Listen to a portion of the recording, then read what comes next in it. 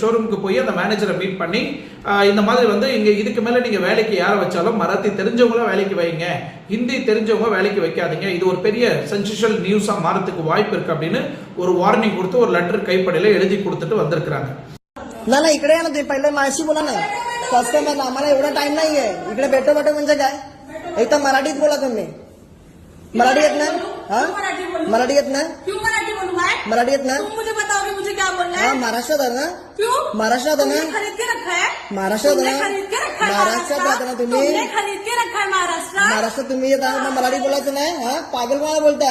ओ madam पागल कोणाला बोलता? ज्यादा ही बोल रहे हो. काय बोललो तुम्हाला? बताओगे मुझे कहाँ रहना है? काय बोललो तुम्हाला मी? मुझे बताओगे मुझे कहाँ रहना है? काय बोललो? 3 லாங்குவேஜ் பாலிசி வந்து நம்ம தமிழ்நாட்டில் வந்து ஒரு கான்ட்ரவர்சியா பார்த்துட்டு இருக்கிறோம்.